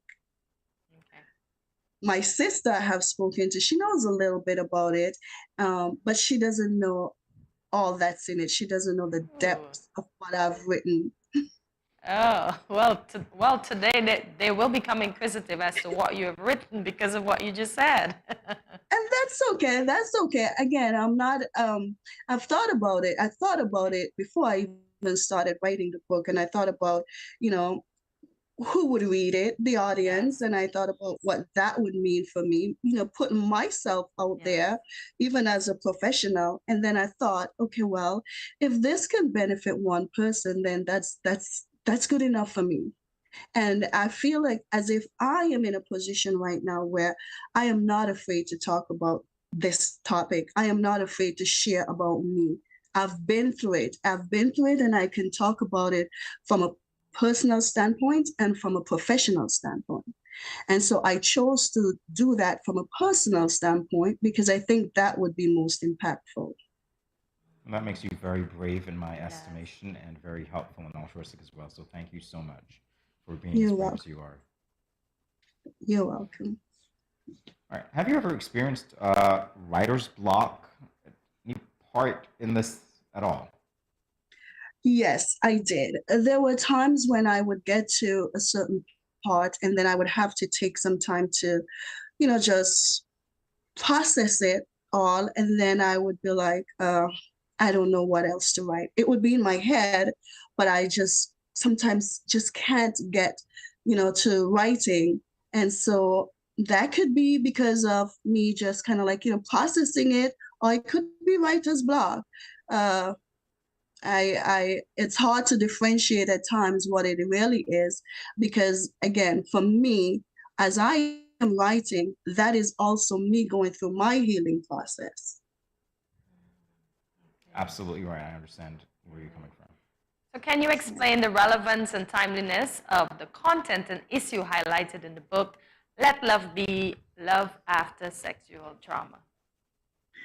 So this book talks about, again, just being able to love or accept love after you've been through so much difficult situations that left sexual trauma, that stemmed from domestic violence, intimate partner violence, or sexual abuse, or molestation. And when I say that, I'm not just speaking about me. This is a topic for so many people. And so just talking about my experiences, from growing up to being a married woman and, going through all that trauma from these relationships, and then just now having to have someone who is in my life who I can, I feel a difference with. And then that's when I realized how bad it was for me. That's when I was able to identify my sexual trauma. So that's basically what it's about. And I don't think I can talk about sexual trauma without talking about sex. So that some of that is in the book as well. And yeah. Right. So, and you're absolutely right on that point as well. You can't talk about one or the other. Your take on it is quite interesting to me because in dealing with the issue of sexual trauma, that tends to be the focus, and the healing generally comes. But you're talking about the love aspect after as well, and it's a very, dare I say, novel concept in these parts. Yes, I see that you're Yes. reacting to it. Please. I would say yes. And that's one of the reasons why I chose to go that way, because we hear about the abuse and the molestation, the sexual assault, and we hear about all of that, but we don't get to hear about the psychological impact that stays with the person. We don't get to hear the stories about the marriages that were broken because people are not able to trust each other. They're not able to love each other. They're not able to accept love from each other and intimacy. And that's what I had to learn. And so in this book, although it's coming out as sex, it's more than sex. It's intimacy and just being able to have that experience. And so I wanted people to hear that other side, because it's painful. It's painful when you have to go through that part, but who talks about that? And who talks about what happens after that, after the sexual abuse? There's a lot that goes on after that. Life just doesn't go on. And that's important to get to, and we'll get to that because you are talking about that, and we're grateful that you are. We'll continue this discussion on the other side of the break. Stay tuned, everyone.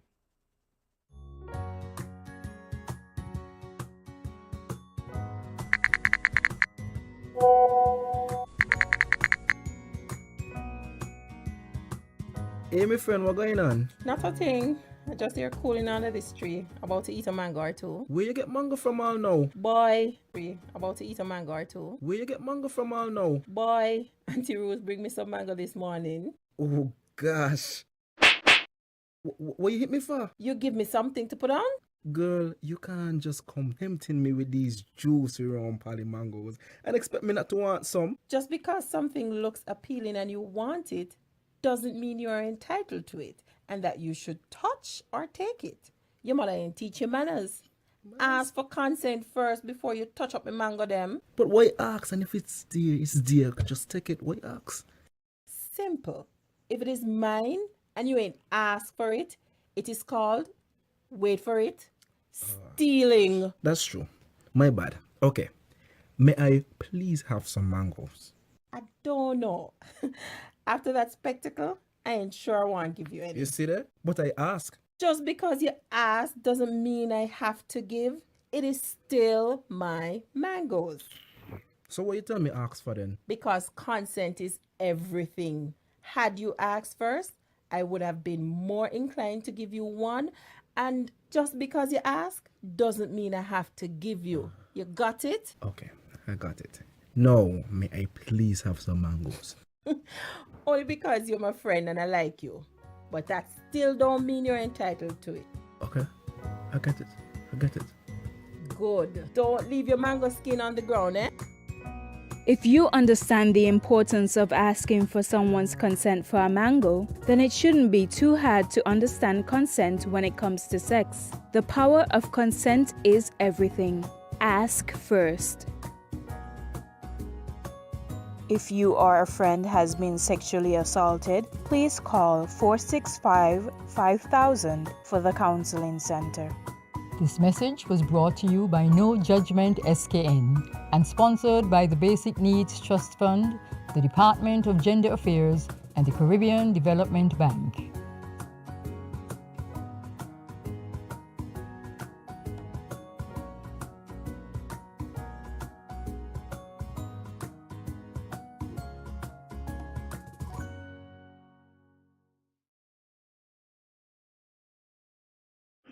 Welcome back to Good Morning SKN. We are talking with author Nashima Barzi. And now, Nashima, I'm going to read an excerpt from your book, and I'm going to have you react to it. All right? So here was the excerpt. This is what you wrote. It took me years to recognize that I had residual sexual trauma that needed to be addressed. It was a painful recognition because I was not ready for it. I did not even know how far back in my past I needed to go to find the root of my trauma. However, once it was uncovered, I knew it was deeply rooted. Those words. Walk us through those words, please, and what they mean to you.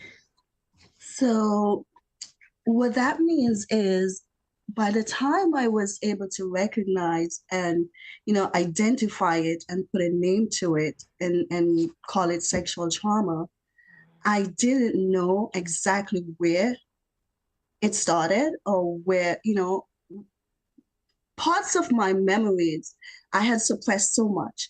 And so that's why I said, it could be deeply rooted. I knew it was deeply rooted because I started thinking back on my experiences over the years.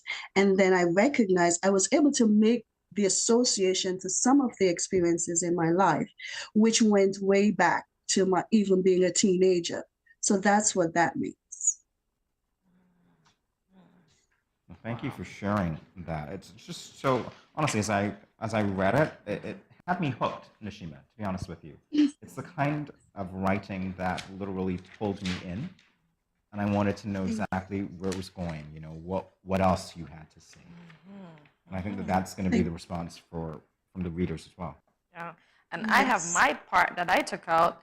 So Chris was touching my face and kissing me, but it still felt like a dream, and I was not stopping him in this dream. I did not have the urge to stop him, and I was no longer just laying there. I was willingly participating. Chris then asks, "May I touch you?"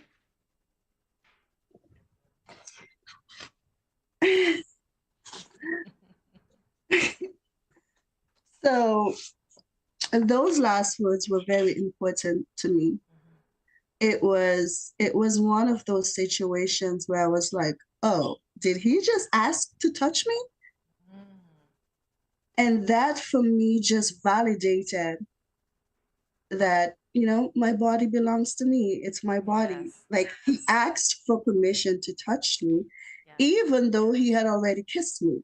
And so that was a powerful moment. And when I say I wasn't just laying there, I was participating because by that time, I recognized that my defenses were trying to come in, but I wanted to be in that moment. I was willing. That's when I decided I have to heal.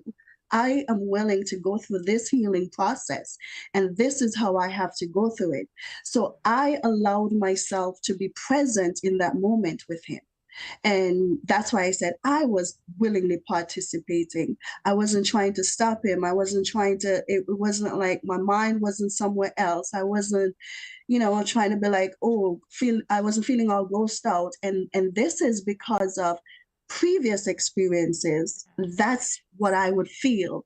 So because at this point, I recognized it and I said, okay, I have to do something about it. I need to heal from this. And this is the person I am allowing to go through this with me or to take me there.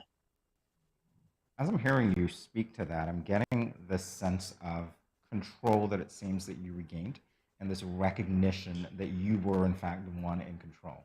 Is that accurate? That is accurate. And I'm getting goosebumps on my skin because that to me said, that empowered me.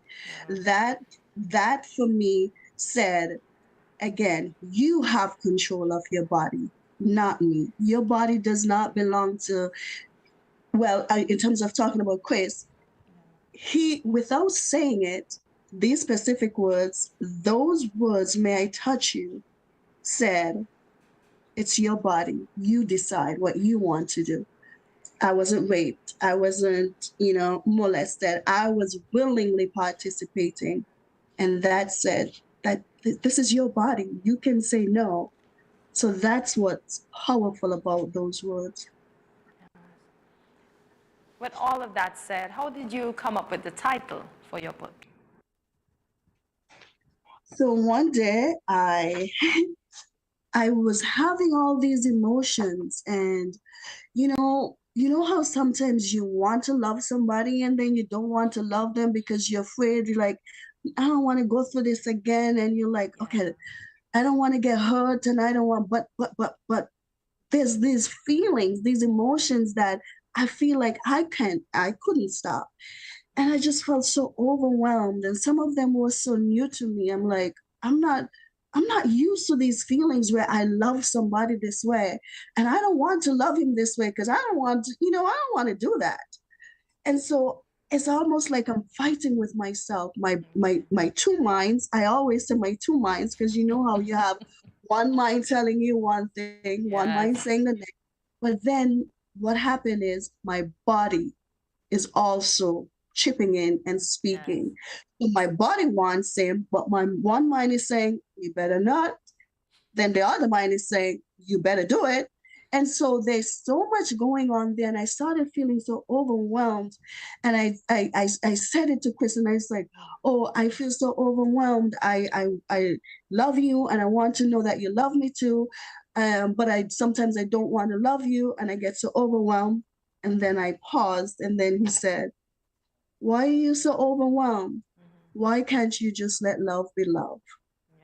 And that's when. Oh, that's so So sweet. he gave you the title. Don't say that. We're not saying that. Well, we are not saying that. We're not saying No, we can't let him hear that. No, we're not going to let him. We won't. We promise we won't let him hear that one. We promise we won't. If only we could recall that, but we can't. All right, in our final moments, Nashima, we'd like to know, how did you celebrate when you finished writing this book? I haven't celebrated yet. I haven't. And you know what? The person who's been there with me for this, doing actually who did my book cover is my son. He's 18. And so when he's the one I'm going to celebrate with, not Chris, my son. I'll celebrate with Chris another time.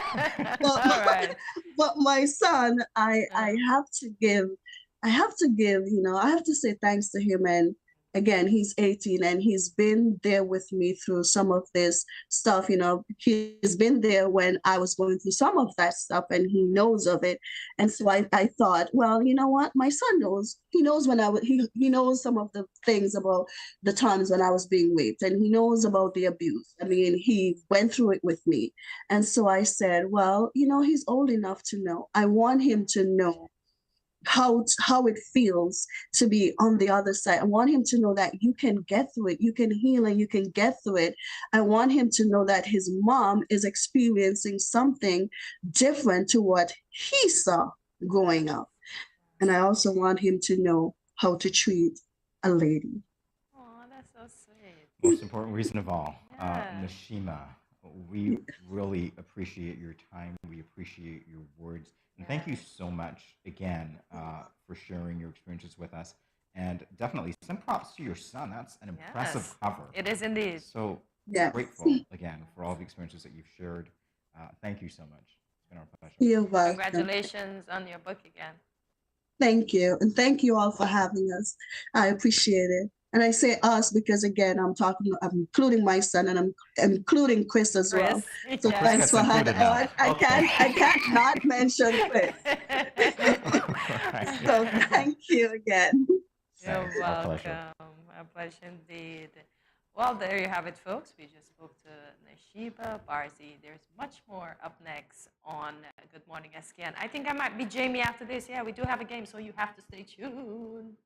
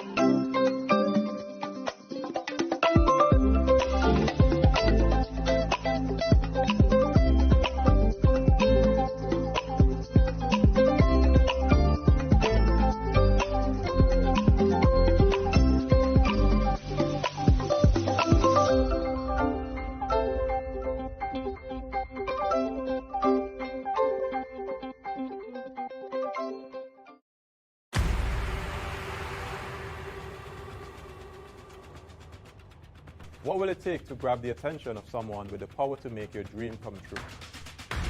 7 hopeful entrepreneurs in search of the finances necessary to take their ideas to the next level. This is their lives, right? This is their business. 4 savvy business owners ready to make a pragmatic investment. You can't help people if you can't help yourself. First, you make the dollar and you give the dollar. Why you take your business offline? I really feel that you need to do a little bit more research. Very knowledgeable. Super knowledgeable. You have a great idea and a great concept. I think you'd be snapped up by Disney. If you have a job someplace, it means that if something is not working, you can walk away. Who will invest? Let's do this. Let's do this. Thank you.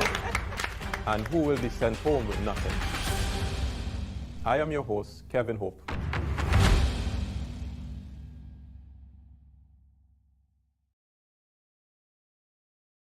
You ever hear Earthquake call and say, "Hello, Miss Lee, yes, it's me, Earthquake, I come in Tuesday around 10? No, sir. Earthquake does arrive unannounced, and when it come, it shake all sense and sensibility out of we. Remain calm, stay inside, and do the DCH. Drop, cover, hold on. Once the shaking starts, you know it's earthquake. Make a quick move to a safe place. Don't run to the doorway or any exit. Stairs might block up or full of people. Elevator, avoid that because you might get in and poof, power gone, and you're stuck in that box without ear. Take cover under a strong table or a bed, or crouch against an inside wall or in a corner, and cover your face and your head with your arms. Remember, DCH, drop, cover, hold on. Glass windows and doors, outside walls and doors in an earthquake, bad news. Take care yourself. Most injuries during earthquakes happen when something drop and hit people entering or exiting a building. Last thing, nobody run outside and ask, you feel it, you feel it? Remain calm, stay indoors until all the shaking stop, and do the DCH, drop, cover, hold on.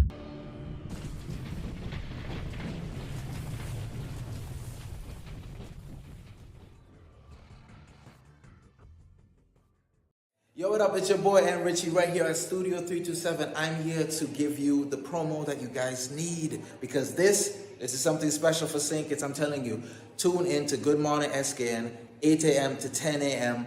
on YouTube, Facebook, and on Moment Channel 4. Also, I realize nobody else is doing this. Follow the Good Morning SKN Instagram at Good Morning SKN and the Studio 327 Inc. Instagram. Follow us on YouTube and Facebook. This is pretty long, but follow us and yeah.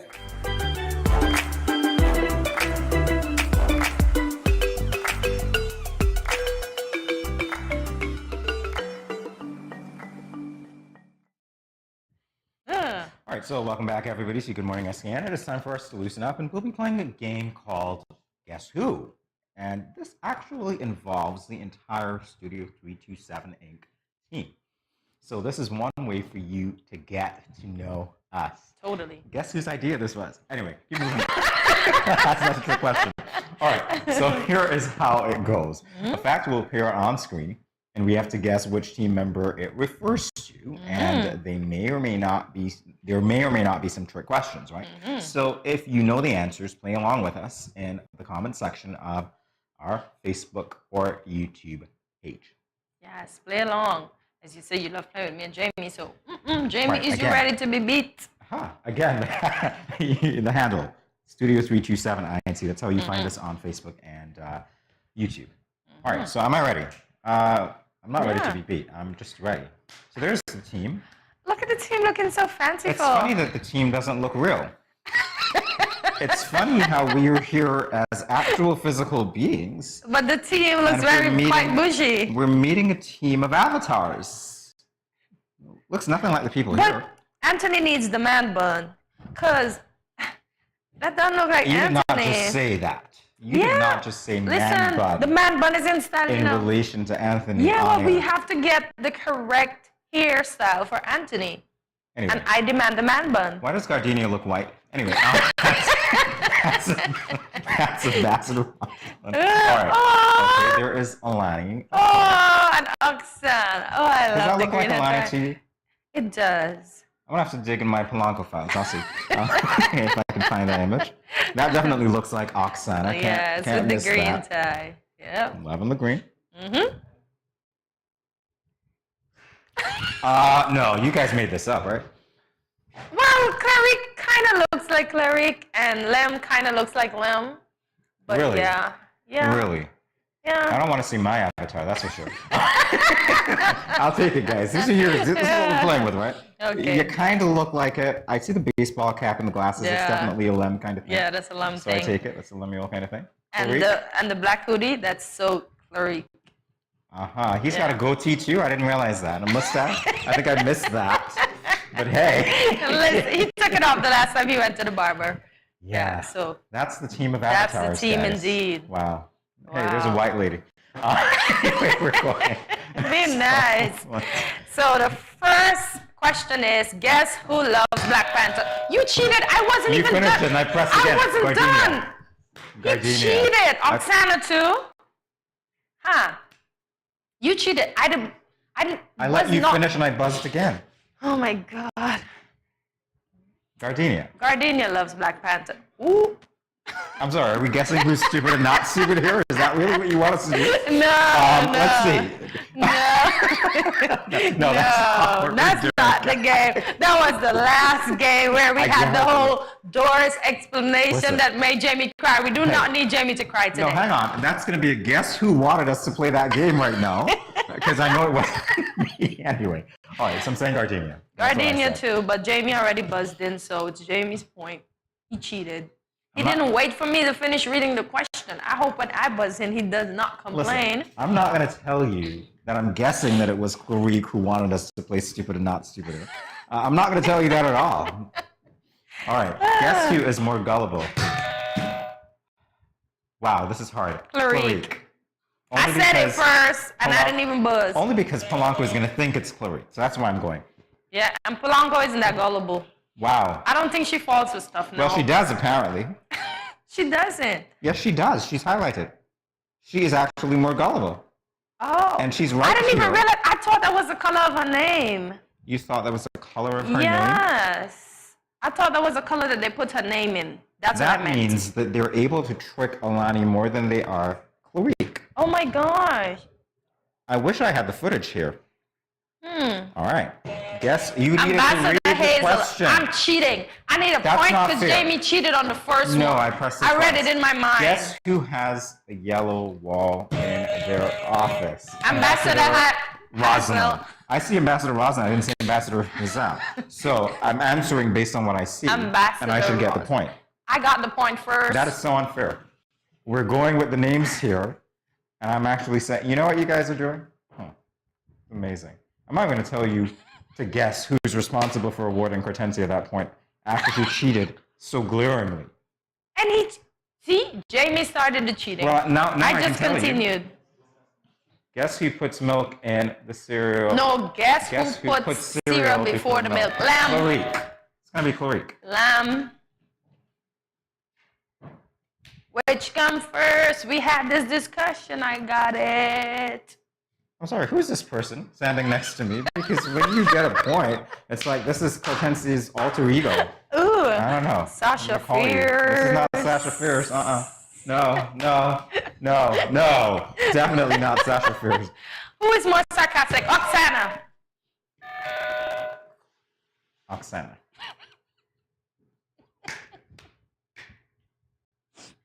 Do I get the point too? Is that how it plays? You came in late. Late birds get no worms. Really? Yes. I'm waiting to see the point adjusted. Excuse me, and then I'll decide. It's never going to adjust. It's never going to adjust. Guess who is a published author? Gardenia. Ambassador.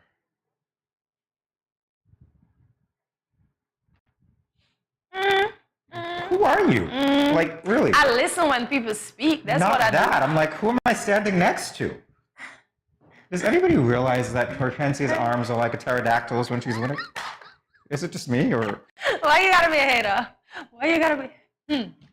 Guess who plays volleyball? Both is not an answer. Clarice and Lemuel. That's the answer. Both is an answer. Both wasn't an answer. They both play Both volleyball. Both of the gentlemen there. I'm trying here, but you guys are just insisting on giving Hortensia the point. So She that's keeps fine. getting the point. The heritage in Anthony. Guess who likes? That's the no. You're not supposed to. You're supposed to read the question. Guess who likes spicy food? Anthony. I said it already. I'm gonna see what you guys do with these points now, because I'm gonna determine whether you guys are a pack of cheaters or not. That's not fair. I How answered is that first not because fair? I You read in my answered mind. first and didn't read the question. But I read it in my mind. I just followed what you do Hortensia. at the inception. No. Okay. Good. Thank you. That's what needed to happen before. So apparently, when I call people out on things, I get what I want, which is a point, which is really mine, right? I'm gonna let you get that Guess one. who is more likely to die first in a zombie apocalypse? Clarique. Oksana.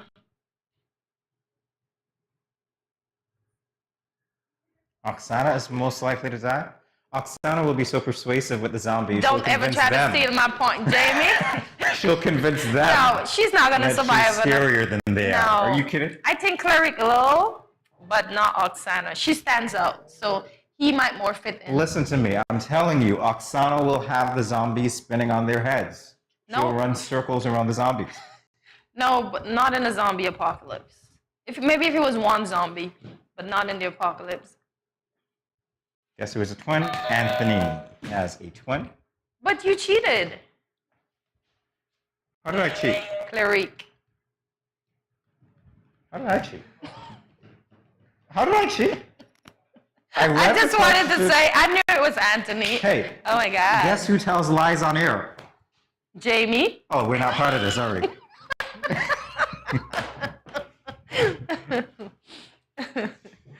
Guess who loves fish more? Auntie. Gardenia.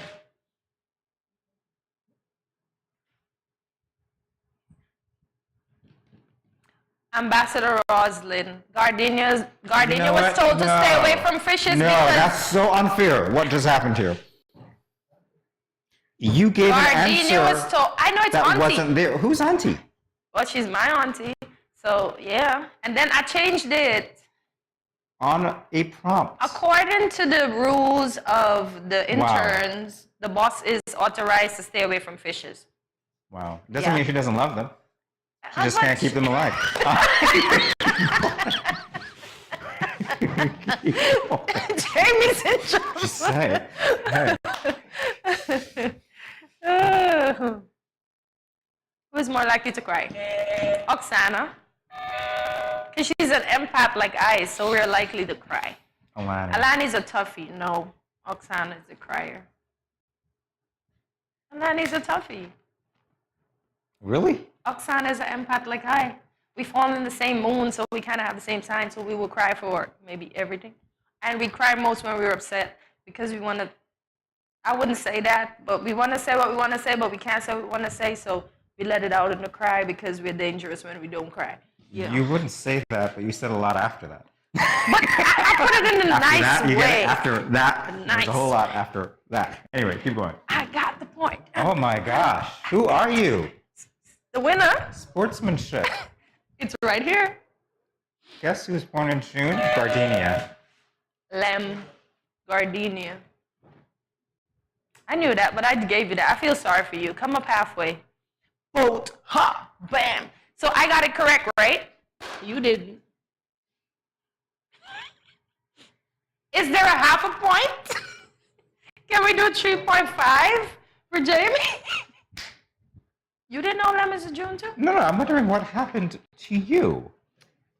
Where is the Hortensia in the interviews? Let me do the Who's like, versus the Hortensia in game mode, who's winning? I mean, Is that the floss? No. are we on Sesame okay. Street? Somebody help me out here. Is this K-pop? I don't know what's going on Who here. is the most athletic? Oksana. Clarique is more athletic. Oksana. I'm sticking to my point. Okay. Okay. You won one. Yay. Finally. Guess who has a strange obsession with murder documentaries? Gardenia. Alani.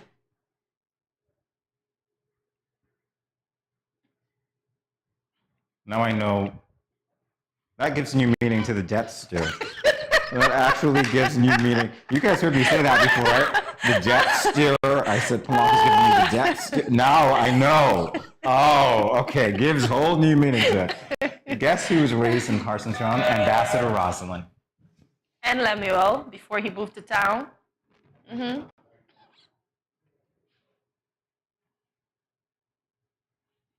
No, Lem was not included in this one. I just wanted to. I see. Who loves to bake? Clarice. Alani. Clarice loves to bake. I'm giving it to my dude. I'm giving it to my dude. He likes to bake. Any money? Oh, man. Man, I was just giving him one, you know. Shucks me. Does anybody realize how the voice changes when she doesn't get a point?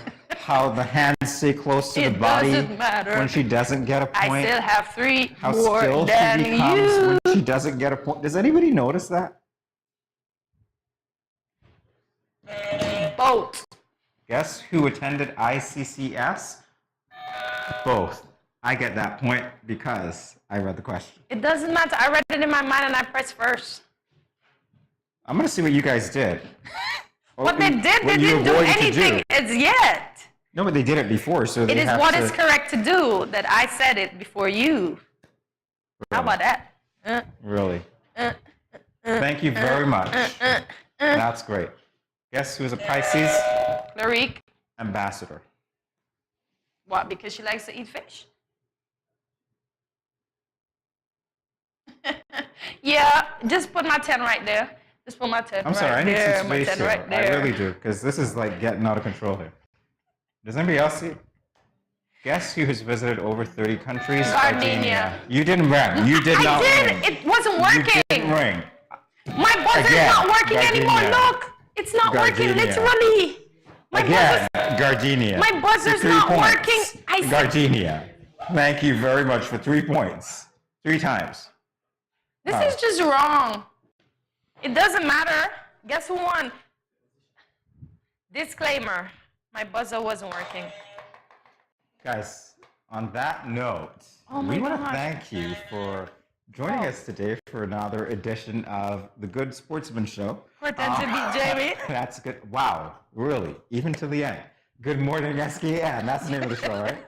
All right, so remember to follow us on our social media platforms. First one on Instagram at Good Morning SKN, and we are on YouTube and Facebook at Studio 327 Inc. And of course, our website is up and running where you get to meet the team of avatars at studio327inc.com. I've been trying to get their pictures up. Didn't work so far, but you have avatars. Yes. Okay, so that's Got what it is. avatars of them. So go to the website, check us out. And of course, you can use the hashtag GMSKN to find our content on YouTube and on social media as well. Yes, indeed. And we hope you enjoyed the show that we had laid out for you today. It was quite informative, and we hope you took away something from it. Now, we have so much more tomorrow, and remember, we are gearing up to episode 200. I hope you remember what episode we had today, and I'm going to give you a little tidbit so you know when to check us for 200. 197. And we're still trying to get to at least 900, 1,000 by this month. Yeah, trying, pushing. So please subscribe. If you don't subscribe, then you won't know what's happening. And we need you to keep on or stay on track. So leave us a comment and let us know what was your favorite part of today's show. Of course, mine was the game I won. So see you tomorrow at 8 a.m. when you will start your Tuesday morning with us right here at Good Morning SKN, where there's a little bit of everything for everyone. Thanks again for watching, and see you tomorrow when I will beat Jamie again. Oh no. Bye-bye.